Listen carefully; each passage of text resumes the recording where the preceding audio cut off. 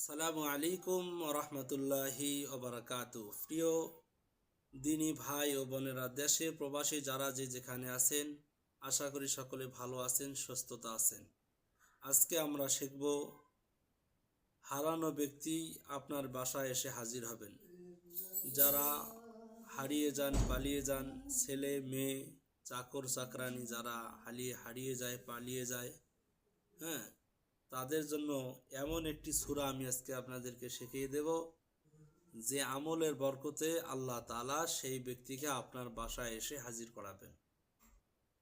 তো এই আমল শুরু করার আগে অবশ্যই আপনাকে 5 ওয়াক্ত নামাজ আদায় করতে হবে। সম্ভব হলে তাহাজ্জুদের নামাজ আদায় করবেন, নফল নামাজ বেশি থেকে বেশি আদায় করবেন, দরুদ শরীফ দোয়া ইস্তেগফার বেশি বেশি করে পড়বেন। ইনশাআল্লাহ আল্লাহ তাআলা আপনার প্রতি রাজি এবং খুশি হবেন। আর আল্লাহ তাআলা যখন আপনার প্রতি রাজি এবং খুশি হবেন, আপনি যে কাজ করবেন ইনশাআল্লাহ সে কাজ হবে। তো এই চ্যানেলটি সাবস্ক্রাইব করুন এবং নিচে গিয়ে লিখুন মহান আল্লাহ সর্বশক্তিমান। আল্লাহ মহান সর্বশক্তিমান।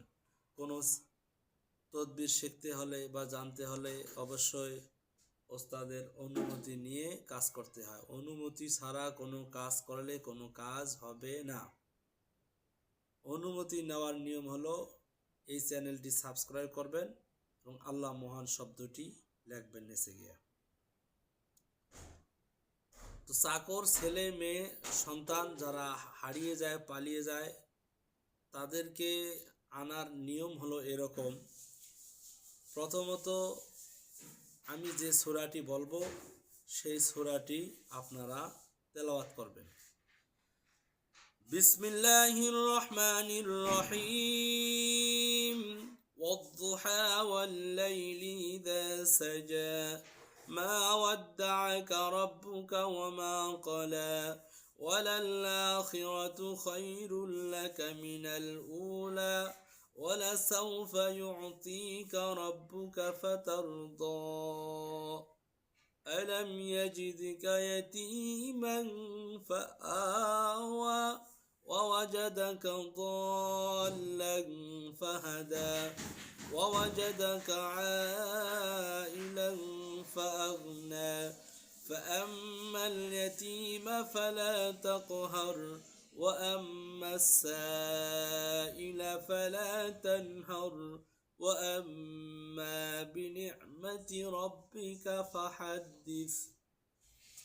এই সূরাটি কোরআন শরীফের 30 নম্বর পারায় আছে। কোরআন শরীফের 30 নম্বর পারায় আছে। আমরা এই সূরাটি সেখান থেকে অবশ্যই শিখব। হ্যাঁ, শিখে আমরা সর্বপ্রথম যেদিনকে আমরা এই আমল শুরু করব সেদিনকে তাহাজ্জুদের নামাজ আদায় করব। তাহাজ্জুদের নামাজ আদায় করার সময় আল্লাহর দিকে মনোযোগী হওয়ার পরে আমরা এই সূরাটি সূরাতুদ দুহা, এই যে আমি দেখা দিচ্ছি,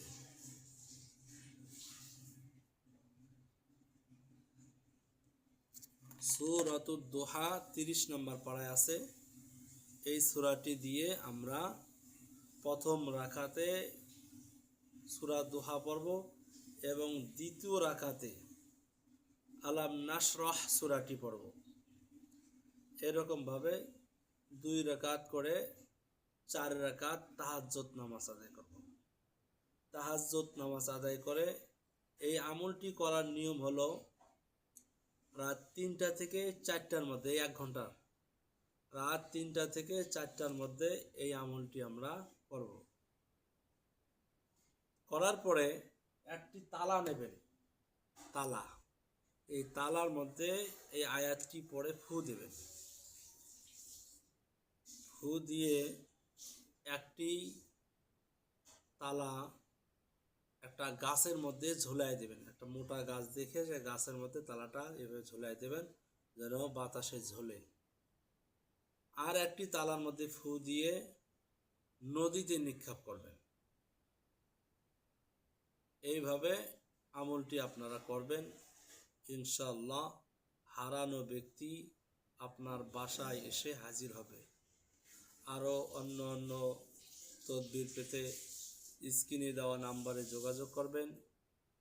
ইনশাল্লাহ আপনাদের 100% ইনশাল্লাহ তদবিরে কাজ হবে এবং আমি সেই তদবির দেব, ইনশাল্লাহ 100%ই কাজ হবে।